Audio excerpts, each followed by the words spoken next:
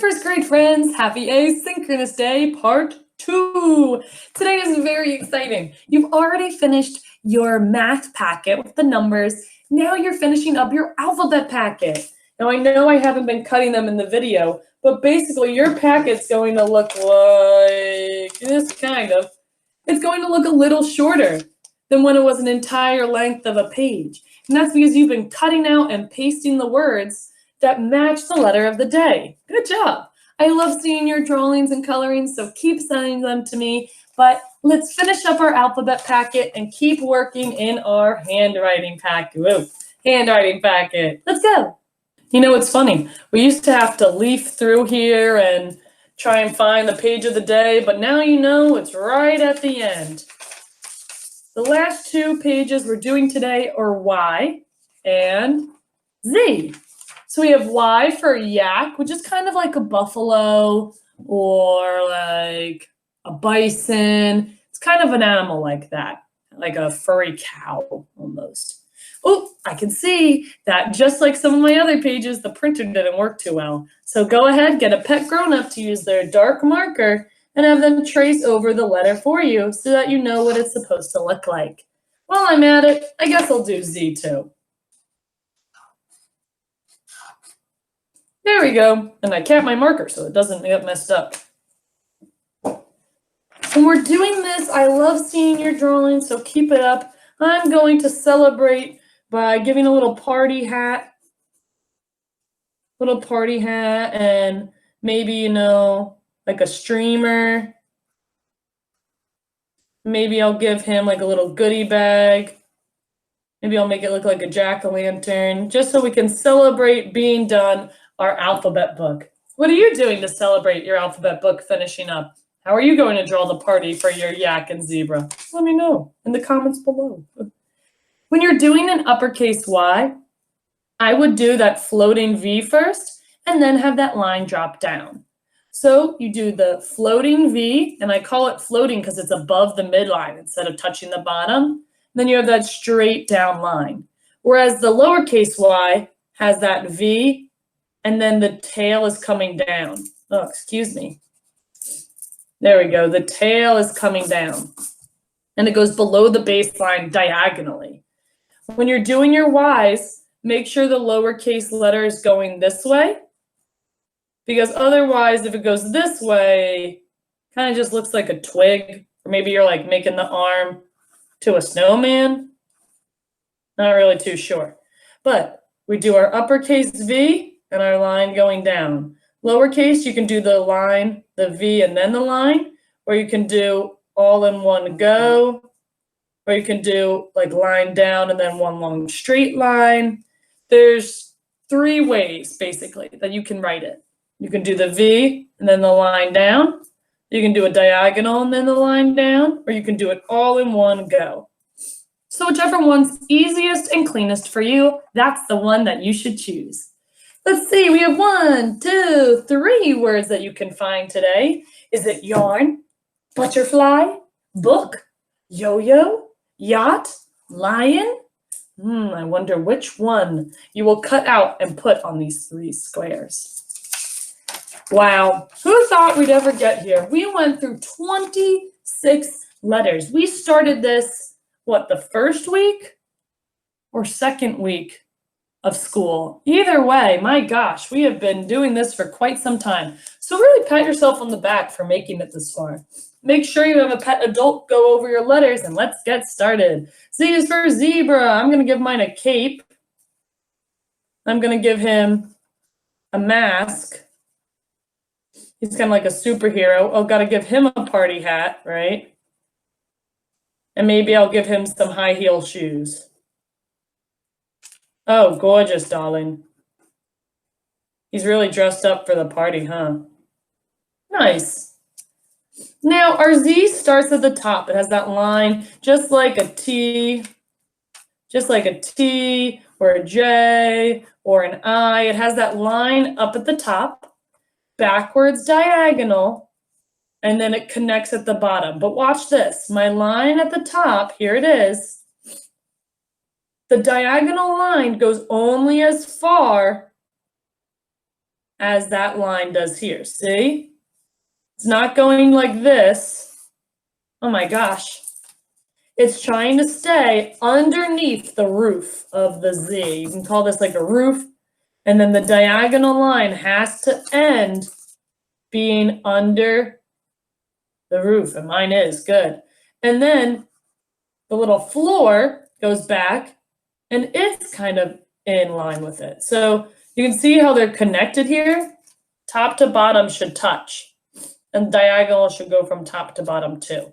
So that's how I practice my Z's. Lowercase z is the exact same thing, just between the midline and the baseline, rather than the high line and the baseline here. There you go.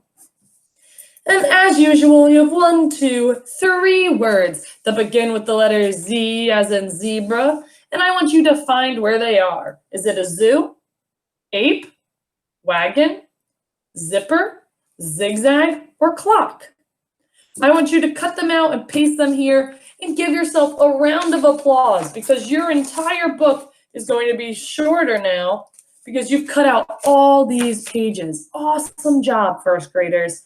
Well, it looks like my homework is getting you something new to work on during your Monday or Tuesday or Thursday or Friday during your asynchronous days and your mornings. That's very exciting.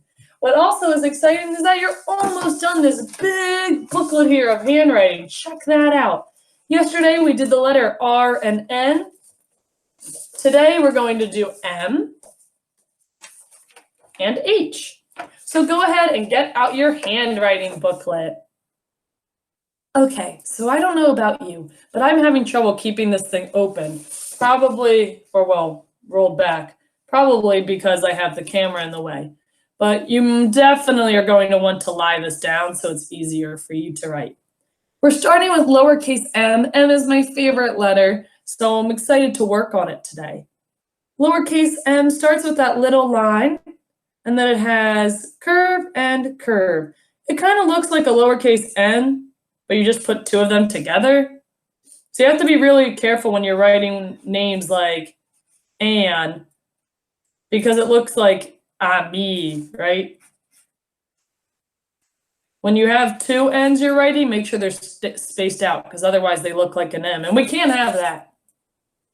If you like to, you can curve back up, which is what I do when I'm writing an M. So I've done my line, right? There we go. I'll make it a little bit darker down here. I draw my line, and then I curve back up to do my lowercase n, and I curve back up to do my lowercase m. If you want, you can do the line down and then curve, curve.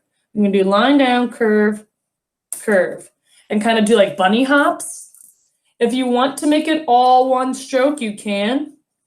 Curve, curve, or you can make it 3 strokes. Line down, curve, curve. Whichever is quickest and cleanest. That's what Miss Remitz likes to say. And then try writing your name here at the bottom. You only have a couple more times that you'll have to do it. And see if you have a lowercase m in your name. Really happy I wrote my name out because I was about to say I don't. But here I do, and my lowercase m is right in my last name. Meanwhile, we have to do an uppercase m, which is also in my name. I'm an expert. Now, I like to do mine from the bottom to the top. That's how I write it the quickest. But you can do a line down, do your V, and line down. So you can do line down, do your V, line down. Or you can go bottom up, line down, bottom down. Line up, do your V, and line down. So whichever is easiest for you to do, whether it's line down, do your V, line down, or up, do your V, line down. Whichever is easier, quickest, and cleanest for you to write, that's how I want you to practice it. Make sure you practice tracing the actual M on this page. See, look, I just messed up, right? So I want to practice it here so that I can eventually write it nice and clean. Even if it's hard for me to write it down here, I'm still going to do it because I want to circle my uppercase M. I've been waiting for this for so long. There it is, uppercase M. So today you're doing lowercase and uppercase m, and we'll finish up doing lowercase and uppercase h. So this one's really simple. It's just a line from the top to the bottom. Then you got a little curve, like a lowercase n. It's kind of like a lowercase n, but you just made the line a little longer, right? Well, let's try tracing it. Starting from the top to the bottom is your H line, and then you do your curve. Now, you could do a line down, take your hand off, and then do your curve. Or you could do the line down and curve back up while you do your little, bunny hop. So whichever is quickest and cleanest. Line down, then do your curve, or line down and then keep going with your curve. Going down, back up a little bit and curving. Whichever is easiest for you. But make sure that it is nice and clean. That way, whoever's reading your writing knows that you wrote an H. I don't have a H in my name. Do you? Lowercase, uppercase? I wonder which one. Some of you actually have 2 H's, I think, or a couple H's. That's pretty exciting. Let's finish off with uppercase H. Uppercase H looks like an I that you turned on its side, basically. You have line up, line down. So we have line top to bottom, line across, top to bottom. Line down, line across, line top to bottom. Line down, line across, line top to bottom. Line down, line across, top to bottom. And make sure that line is right there when it's going across. It's right on the midline, okay? And then your 2 sideway lines are from top to bottom. And if you have that name with a capital H in it, like Maddie Hagler, I want you to circle it. I almost wrote my name as Hagler. That's my bad. Remitz. There we go. Next time, we're going to have a couple more pages until we're done. Let's see. Oh, yes, my friends, it seems that we have only 3 more days with our handwriting packet. So we won't finish next week. We'll finish the week after that. And I'll have something for you to do on your second day. How exciting! Okay, first graders, congrats on finishing up your alphabet packet. Hang it up somewhere, put it somewhere nice and safe to show that you are an expert on the alphabet, writing it, reading it, coloring it, and also good work on your handwriting. I know we have a little bit more to go, so we're going to finish it in a few more asynchronous days. How fun. I'll see you this afternoon, and I hope you have a great rest of your morning. Bye.